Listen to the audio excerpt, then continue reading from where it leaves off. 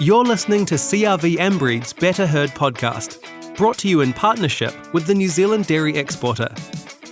Join us as we talk to CRV Ambreed experts, industry leaders and farmers about hot topics and issues affecting herd improvement in New Zealand's dairy industry today. Keep current with industry news and get practical tips for improving the health and efficiency of your herd. Welcome to CRV's Better Herd podcast. I'm your host, Rosanna Dickson, National Account Manager for CRV Ambreed. Farmers have a range of beef breeds to consider when it comes to selecting the right genetics for their breeding program. They need to think not only about getting cows and calf, but also about the end product that they are creating. Dairy beef semen is ideal to use across the tail end of mating, or if you want to on-sell calves to the beef industry.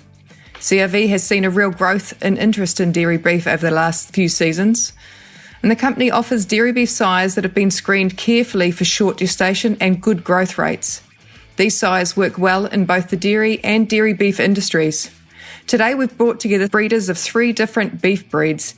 We're going to learn a bit more about their operations and things to consider when choosing the right beef breed for your farming operation. Firstly, I'd like to welcome my colleague and CRV's product manager, Mitchell Koot, to tell us a bit more about CRV's dairy beef offering. So Mitchell, what dairy beef product does CRV offer in New Zealand? And can you tell us a bit about CRV's breeding partners? Yeah, thanks Rosanna. So we are selecting our dairy beef bulls to add value to the surplus calves born in our farmers' herds.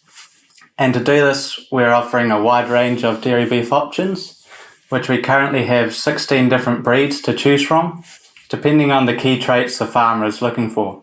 So this ranges from breeds which provide easy to identify coat colour markings, for example, Herefords, Belgian Blue or Speckled Part, through to breeds which have high growth rates that are appealing to beef finishers, such as Charolais, Angus or Stabiliser. So we continue to see an increasing trend in the use of beef semen in the dairy industry, and this has come about by farmers trying to reduce the number of bobby calves, but also add value to those calves that are not required as replacements. So we have partnered with Bluestone Herefords, Focus Genetics with Stabiliser and Angus, and the Belgian Blue Group. And so working with these key partners from the beef industry, we are able to offer breed-leading bulls to the New Zealand dairy farmer. So Mitchell, how is the portfolio selected? How do you choose the bulls that are going to be right for our New Zealand dairy farmers? What sort of information do you use to make those decisions? Yeah, so we're selecting bulls which will suit the dairy beef industry, and that comes from a focus on a few key traits, and we look at gestation length, calving ease, but also having those strong growth traits that are going to be appealing for dairy beef finishing operations. And to make these decisions, we use the breed plan database. And this calculates breeding values for beef bulls based on information collected from beef breeders around the country. And this enables us to select the best beef options. What about the marking considerations of the beef breeds that you're using there, Mitchell? So farmers tell us about, needing to easily identify those dairy beef calves. How do you take that into consideration when selecting these breeds? Yeah, so as I said, we've got obviously the Hereford, which is our most popular breed, and that's driven by its easy to identify coat colour markings with the white face. And then we range it through to the specialty breeds like our Red Devon and some more. Well, thank you very much, Mitchell. That's really informative. I'd like to introduce you to Yvonne Lee, who's with us. She is from the Bluestone Stud, and they are our Hereford partners and supply us with our Hereford product. So welcome, Yvonne. Thank you, Rosanna. Be great to know a bit more about your operation that you've got there at Bluestone. Bluestone Herefords, we're a family-run and operated farm inland of Timaru in the South Island. It's on 590 hectares. We established the stud in 2007. We currently run 250 Hereford breeding females and have 200 Rising 1 bulls and heifers. It's an operation that's run fairly extensively in a commercial type operation where the cows go onto the tussock hill blocks for winter. So really there's no preferential treatment given to anything. And when we established the Hereford stud, we decided to focus on providing genetics for the dairy industry because we looked and saw that 70%, well over 70% of the New Zealand beef is born on a dairy farm. So what traits do you focus on for that breeding program? Bluestone Hereford's concentrated mainly for a balanced bull with 4 main traits. We look obviously for low birth weight, short gestation, hand in hand with easy calving, and of later homozygous polled. We've balanced that with having good carcass data on our animals to allow the resulting progeny, whether they're retained by the dairy farmer or sold to rearers or finishers. So what do you see the benefits of these traits for dairy farmers? Obviously, calving ease speaks for itself, but what about those other traits? Why are they so important? So we've got lower birth weight. It means that the progeny should be lighter and therefore a less likelihood of having a difficult calving, but also being mindful that we need to have calf survivability. And that obviously, as you said, goes hand in hand with calving ease. That is for all farmers fundamental, that we want to have a live calf on the deck with no calving issues for the dam. Because in a dairy industry, in an enterprise, they want peace of mind and there's cost involved if there is issues. With short gestation, you've got short gestation. It's a highly heritable trait that's got many financial and management benefits to the dairy farmer. There's the obvious, more days of milk. The cow is earlier on the platform, more dollars, extra milk in the vat. I think many have heard of that. You've also got that increases in rebreeding time where we talk about the time between calving and mating, allowing that higher likelihood of getting in calf. And that sort of flows on in an incremental way for that following year where there should be more coming in earlier, give you the tighter calving pattern, and also bringing those late cows forward from, your third cycle forward so they shouldn't fall out the back end. Short gestation is also ideal for heifers to ensure that post-calving there's that rebreeding time, that extended time or interval before mating to allow them to gain their condition, increase that likelihood of getting a calf. And finally, our homozygous poll that we have been lately focusing on as well. We began testing for that in 2016. And what it does is ensures that whether you have homozygous polled bulls or semen, all those progeny will be polled. It's like an ideal trait, given that now for debudding there's that necessity for pain relief and it's mandatory. We see this animal welfare issue and it's a really simple genetic answer for that to the dairy farmer to save time and costs. I think that's quite an important key there, Yvonne, isn't it? Like the polled gene is such an easy gene to introduce and has immediate benefits, unlike normal genetics that takes a long period of time to bring in. Yes, it is. It's very simple. So I understand you participated in the beef and lamb dairy beef progeny test program. Can you tell us a little bit more about this and what have you gained from it? Beef and lamb genetics established the progeny test trials for a range of breeds supplying the dairy industry. We submitted a number of bulls in the early cohort trials in 2016 and 17. That trial work and the results were that EBVs worked, and EBVs are the breed plan's estimated breeding values of an animal. And they also found that there was a value of short gestation to the dairy farmer. For us, the trial gave us confidence in our breeding program and that the measurements that we were recording and the DNA testing of our animals and all that resulting data from all of those, there would be a benefit and a value for a dairy farmer.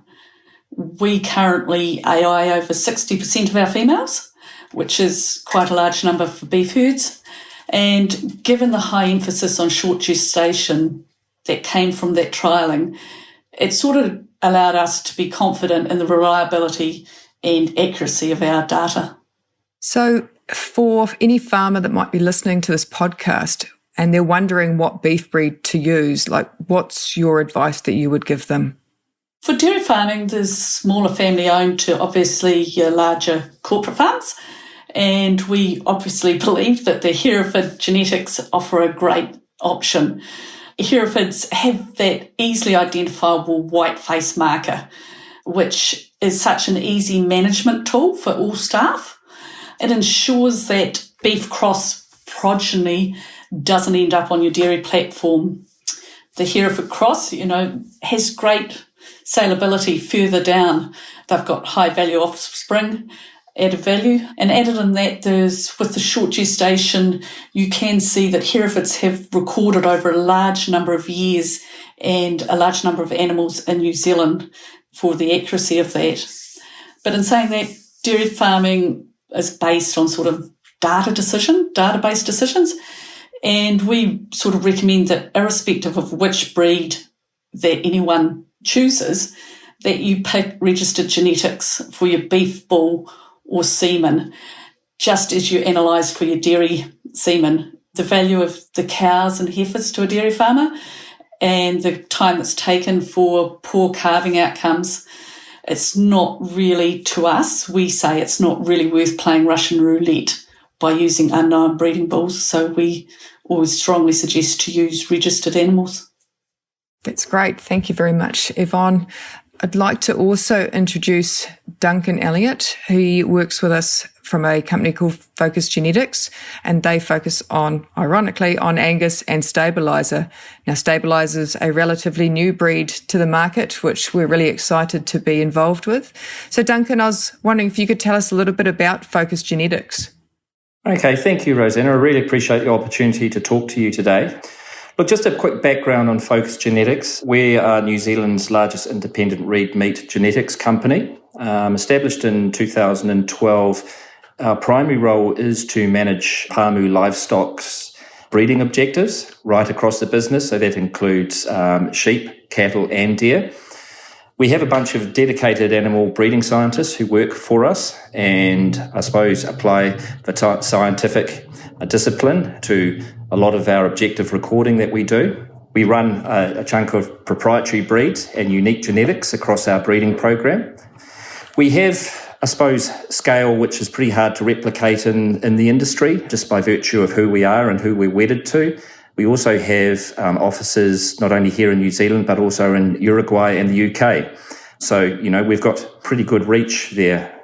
In our cattle program, we've got 2,800 recorded dams across 6 different herds and 4 different breeds. So that's Angus, black and red. We have some Simmental and we also have our Stabiliser cattle. Now, we focus on breeding cattle herds that target traits that drive farm profitability and while remaining conscious of our environmental footprint. So I think we have a responsibility to, as it relates to our relationship with Pāmu, is to create a sustainable cattle program and cattle herds throughout the country, given our footprint, our size and scale. So that means that we're always relying on current and future science to try and find, what traits not only drive profitability in the farming sense, but also enable us to look at things in a more futuristic and sustainable light as well. So, that's something which is pretty exciting and certainly gets me out of bed in the morning and excited about the day ahead. Focus Genetics is actively involved in many R&D projects throughout the country. These include things like methane emissions, feed efficiency, lamb survival, skin thickness. We do some work with sheep and deer milking projects that are popping up all over the place. We're heavily involved in the dairy beef and beef progeny tests, which Yvonne alluded to before. And also we've been involved in supplying genetics and progeny into the new generation beef test or program that's been run at Massey University. So, we're heavily involved in a lot of aspects of the industry. You certainly are. It must be quite interesting looking across all the different animals, not just in dairy, but or cattle, but being able to look across all the different breeds or the animals types to learn from all the different industries. So with your dairy beef program specifically, what sort of traits are you really focusing in on? Well, gestation length and its ability to influence days in milk is by far number one. I mean, that's the priority, I think. But, as equal importance, I suppose, from an operational perspective, birth weight is also extremely important.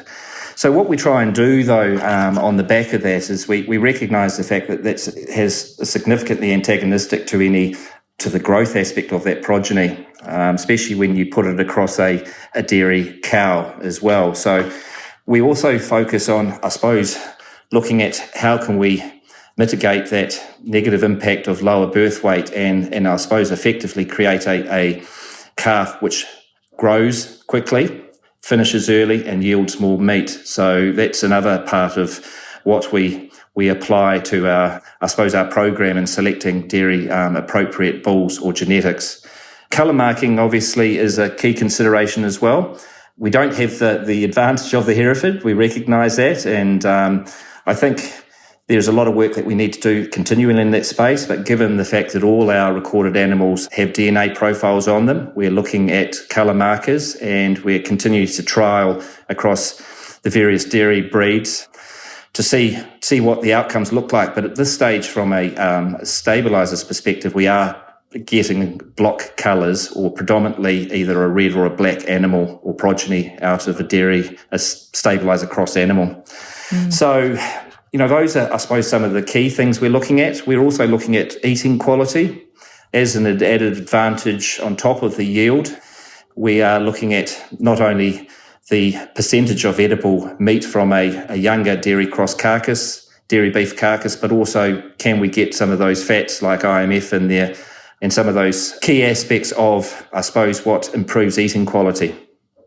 That's a very interesting discussion point, actually. It's talking about that product that you're creating at the end. So it's not just about getting that cow and calf, it's about what am I going to do with that calf once it's born and where is it going to end up and in what country will it end up? That's right, Rosanna. And as Yvonne correctly said, a large proportion, I've even heard figures of up to close to sort of 85, 90% of all red meat that's exported out of this country comes from a dairy cross origin. So, it's a significant part of our red meat industry, and anything that we can do to increase not only the value of the status quo, but, can we improve the eating quality and I suppose create more of a niche product, which means that we're not wedded to the threats of a commodity market. So, there's a lot of cool stuff we can do there, but it needs to be proven. And, I think we've got to look at this objectively as well. And so hence our involvement in a lot of R&D projects. And so what's the main benefit of the stabiliser breed? Being a relatively new breed to the market, how have you gone with that breed in particular? The stabiliser breed didn't just drop out of the sky. It's actually got quite a long history, primarily started in North America through some 30 plus years of extensive research undertaken in some of the leading animal genetics companies over there. It came about from, and what attracted us to the breed was the ability to, I suppose, capture the best attributes of multiple breeds and combine them in a composite breeding program whereby we can take the best of each of those key traits and merge them together, but also express that in a way that we get the benefit of hybrid vigour as well. And this is nothing new to the dairy industry. I mean, this is something that the dairy industry focuses very much on with regards to, I suppose, cow productivity. So we really try and package that together. And the other advantage of that is it creates a stabilised crossbred breed, which has the ability through hybrid vigour, but also that specific trait selection of the British versus the best of the Euro cattle breeds without having the extremes of one or the other. So if you looked at the British breeds, they have the maternal and some of the meat quality traits which are arguably missing from the Euros, like the Simmentals, which are high-yielding animals. So if we can combine or blend those two together and balance them, but also then select specific genetics from that program that suit the dairy industry, we feel we have a point of difference. Again, we don't want to just go out there and have a feeling. We want to be able to go out and prove it. Hence our involvement again in those progeny trials. And for the most, we're getting some pretty good results coming out of there. It's excellent. And so any farmers that are listening, what would your advice be to help them decide what beef breed to be using in their farming operation? Yeah, and it's a good question, Rosanna. And I think, for mine, I certainly would not lose sight of what their core business is. And their core business is milk production, and they're smart people, these dairy farmers, and we respect that. So I would suggest that consider carefully the risks, but don't be afraid to look at new options. I think that's something that we've all got a part or role to play in showing what the options are, but it must be backed up with good science and by choosing the right partners as well. So I think that's really key. I think some of the challenges faced by the industry today will potentially create some of the biggest opportunities for our dairy farmers. But again, it's going to have to be done in a way that is not risky, doesn't threaten what their core business is, but also show that we can create some value out of that dairy beef cross progeny and in turn pass that value down the supply chain so that everyone gets some value out of it. For those who are lucky enough to have rearing facilities on their dairy programs, well, we want calves that will wean quickly. And if those who are finishing cattle, we want to finish those cattle sooner and we want them to yield more and we want more dollars paid per kilo of carcass. I think there's a lot of options out there, but I think, choosing who you partner with carefully is really important. I think that's a very important words. And I think it's quite a complex decision process. And I think you really have to sort of weigh up the risks and opportunities and really sort of stick to your guns. And then once you've figured out what you want to do is then stick to it and, make a few tweaks along the way if you need to, but, really understand what you're trying to do out of that breeding program. Excellent. Well, I'd like to introduce our next partner. That's Simon Noppen from the Belgian Blue Group, who's actually with us from Belgium, which is very exciting. So, Simon, I'd like to, can you tell us a little bit about the Belgian Blue Group? Well, first of all, hi, Rosanna. Nice to hear you too. Belgian Blue Group, or in short BBG, is located in Ciney, which is in Belgium. And Ciney is a small village in a region known for cattle breeding. BBG has 3 AI studs with around 165 living blue bulls. And our bulls have their own paddock where they can graze outside in the nice grass. So it's really nice to see, by the way. We invest a lot in developing the breed, like research and development in partnership with the Belgian universities. And in fact, you should know that the blues are the beef breed number 1 in Belgium. I even think you can roughly say that approximately 50% of the cattle in Belgium are pure blues and the other 50% are dairy. So it can sound funny, but 98% of all the pure breed animals worldwide are only located in such a small country like Belgium. Nevertheless, the biggest success of Belgian Blue Group are the blues which are used for dairy beef. For beef on dairy, BBG is exporting blue semen worldwide in more than 55 countries in every continent. So, where does that huge demand come from? Well, first of all, there's the upcoming of sexed dairy semen. There also is the economics of the dairy industry. And last but not least, you have the value of a blue crossbred calf. So these 3 things are driving this current trend. I'm pretty sure I can say that BBG is at the moment the world leader in blue semen. This being said, we're actually still a small company, but our employees have all one thing in common, and I think this is really important. We're just full of passion for cattle. It's all about passion, Oh, that's really interesting, Simon. So how is the BBG product different to the New Zealand-produced Belgian Blue that we can get here? Well, CRV Ambreed has now since a few months a new Belgian Blue Bull in their portfolio. We selected this natural-born bull because he's a very, very easy calving bull with a very short gestation length. So then we talk about around 274 days with a birth weight around 35 kilo on heifers and 36.5 kilo on cows. We have more than 10,000 calves of him on the ground already, which means New Zealand's farmers can use this bull with no worries whatsoever. But answering your question, there is indeed a difference with some countries in Europe where they already have the blues for a few decades and countries like New Zealand. In Europe these days, there is almost an abundance of crossbred calves at the market, which means quality calves are making the best prices and it's just supply and demand. Therefore, we see a growing demand for calving ease combined with quality. And thanks to our breeding program, we can offer such a bull. In New Zealand, for example, we had to find a bull with no worries at all and with a very short gestational length, because we have to keep in mind that the breed is rather new here. So I can only conclude it's really worth trying. Great to see that the focus on, creating a product that's really suitable for the dairy beef market as opposed to just the straight beef market. So a lot of people will still have the perception that you get big calves from a Belgian Blue. Is this actually the case? Well, it happens a lot that those who don't have any experience with the breed have a different opinion about blues. And to be honest, I get it. It's not known, and when you see such a muscled animal, it can frighten people. It's totally normal. But the truth is, the blues are just a result of putting the focus on producing meat. It all started after the First World War, and people needed food. They have a double muscle gene, and it's totally natural. Let me put it otherwise. We would have thought 50 years ago that today a dairy cow can produce more than 10,000 liters of milk. Another thing, scientists, they predict that in the year 2050, we will need 2 Earths to feed the world.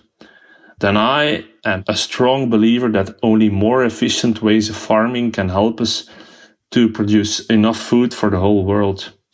But now coming back to your question, it is true that if you just take a random blue bull, which is not tested on dairy like it should, that there is always a possibility you will get a difficult calving. But let's be honest, it's the same for every breed. However, and this is really, really important, I think, BBG has a very strict breeding program to select the best beef on dairy bulls. All our bulls are thoroughly tested on dairy. I will give you an example. Of each young Belgian blue bull, BBG inseminates between 1,500 and 2,000 straws on dairy cows, which means 1 year later we will have reliable breeding values for calving ease, gestational length and birth weight.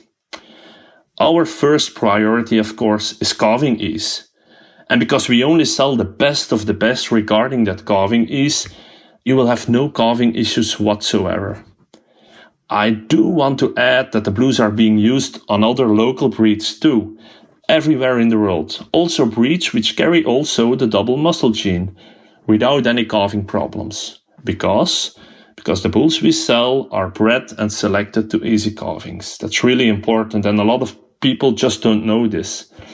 The best proof is maybe that today the blues are the beef breed number 1 in France, for example. So before Limousin, Chevrolet, and so on. Another example is today in Holland, 30% of all the inseminations are blues on dairy, with no problems whatsoever. And we see this evolution everywhere in Europe and the rest of the world. It's quite scary when you start talking stats about the future of what food we need to produce for the growing population. So that's really interesting. And so how would you say that the Belgian Blue cross beef compares to an Angus or a Hereford for growth and meat quality?